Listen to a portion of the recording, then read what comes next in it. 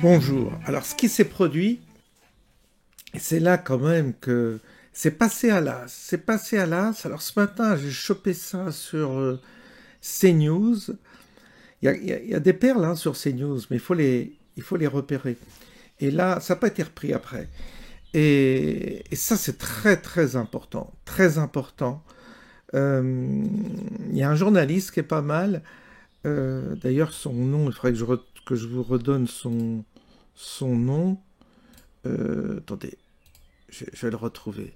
Parce que je suis sur X, là, des fois je le suis. Il est bien ce petit, parce qu'il est Amaury Bucco. Amaury Bucco. Il est bien ce petit. Et donc, mais il n'est pas tellement mis en avant par CNews, donc il passe dans des créneaux horaires un peu discrets. Et pas les heures de grande écoute.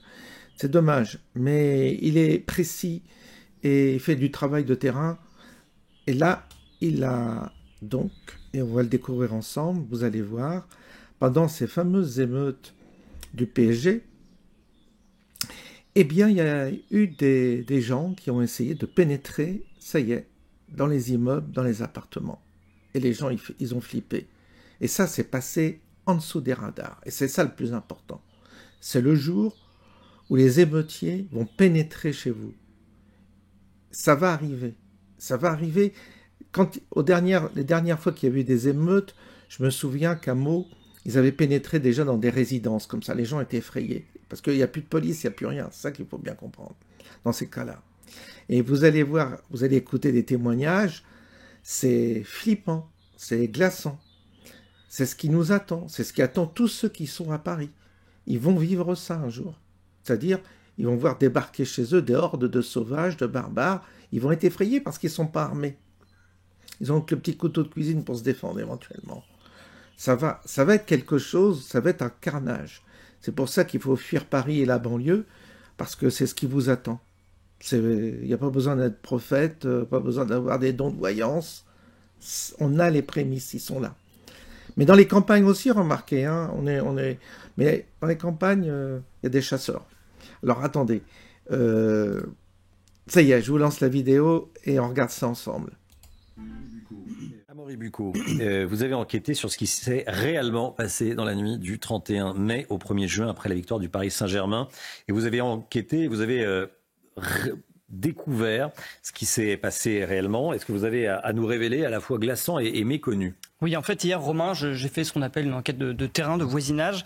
Je me suis rendu donc dans le 16e arrondissement, entre la place de l'Étoile et la place du Trocadéro, où il y a eu énormément de violence cette nuit-là.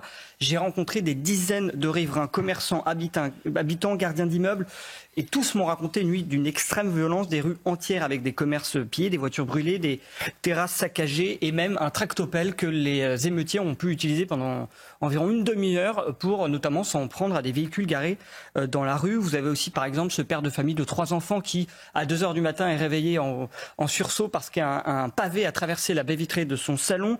Cette dame, cette habitante dont le scooter de son mari a explosé au pied de son immeuble, ainsi qu'un autre scooter et une voiture, ce qui a mis le feu à la porte cochère. Des témoignages, il y en avait à l'appel. Et je vous propose d'écouter le témoignage de cette gardienne d'immeuble. Des émeutiers sont rentrés dans son immeuble au plein milieu de la nuit. Ils ont commencé à tambouriner à la porte de sa loge et elle a dû se réfugier à la cave avec sa fille de 6 ans, démunie puisque la police n'intervenait pas malheureusement. Voilà, comme j'ai l'écran, on l'a vu entrer à forcer la porte d'entrée. Il s'est pris sur ma porte et sur la deuxième porte qui donne accès au 12e hall pour aller dans les étages. Et est-ce que vous pouvez me montrer où vous êtes réfugié ? Donc on est descendu tout le toit, paniqué, donc on descend tout le toit. Et comme j'ai la porte sortie de secours, ça donne directement un accès à la cave. On se réfugie à la cave. Voilà. Et j'ai la cave d'accès, la mienne, donc on s'est réfugié sur la cave. D'accord. Pendant combien de temps ? Ça a duré au moins 12 heures et demie. D'accord. Et vous aviez pris une arme ou quelque chose pour vous défendre au cas où? Comment ça s'est passé? Non, franchement, on était dans le... On n'arrivait pas à réfléchir qu'est-ce qu'on va prendre, qu'est-ce qu'on va pas prendre. C'était juste que pour sauver la petite, on s'est dit on se va réfugier. S'ils entrent, ils saccagent l'appartement, ils saccagent. S'ils cassent, ils cassent. Mais nous, on se protège et pour la petite. Ouais, elle a voulu sauver sa fille, hein, tout simplement. Des témoignages comme ça, vous en avez eu d'autres, hein? Oui, bien sûr. Alors, par exemple, il y a Louise, cette jeune femme âgée d'une vingtaine d'années. Elle a d'abord assisté impuissante au chaos qu'il y avait dans sa rue, de nombreux incendies, etc. Et puis, il y a un riverain excédé qui a jeté un liquide par la fenêtre sur les émeutiers. Et donc, les émeutiers ont voulu s'en prendre aux gens de l'immeuble. Ils ont d'abord tiré des mortiers sur les fenêtres de l'immeuble.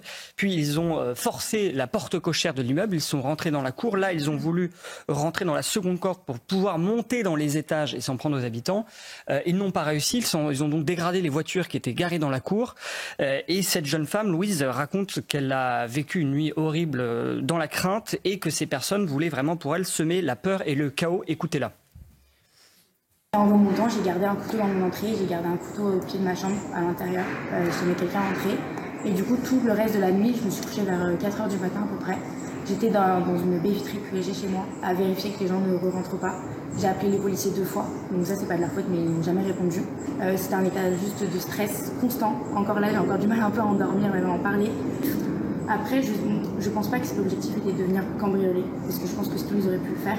Je pense que c'est vraiment de casser, de voir que les gens ont peur.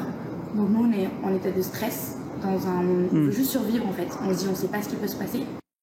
Et j'ai pu parler en fait avec une voisine aussi de cette jeune femme qui m'a expliqué que la nuit suivante, elle avait dormi à l'hôtel, elle habite au rez-de-chaussée, tellement elle avait peur de dormir chez elle parce qu'elle savait qu'il y avait encore des célébrations en marge du PSG.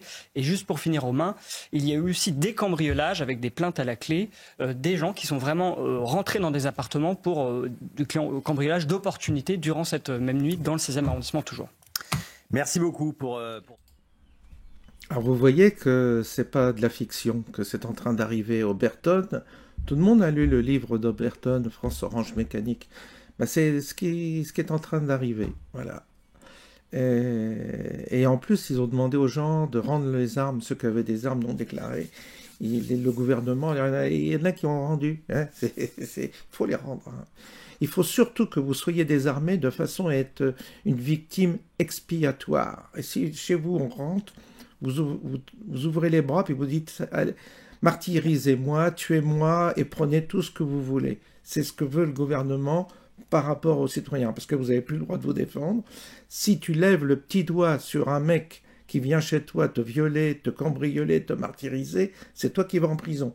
Et lui, le juge, il le relaxe, il lui donne 1 mois avec sursis et 200 € d'amende. Vous voyez, c'est dans le monde dans lequel on est. Formidable.